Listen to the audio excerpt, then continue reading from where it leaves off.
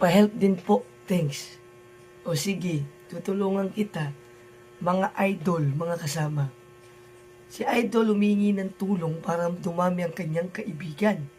So, ang gawin po natin guys, puntahan po natin yung kanyang profile para po siya ay may kaibigan.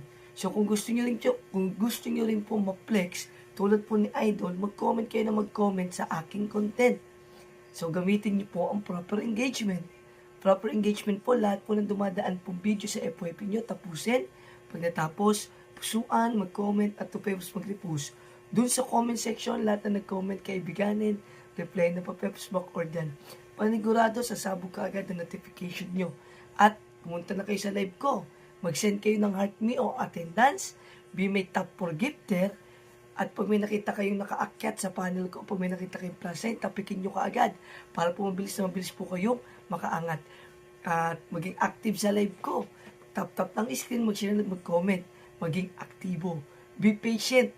Wag po kayong wag po kayong magkuha na respect po kayo guys. No? Thank you so much mga idol. Kita-kits sa live.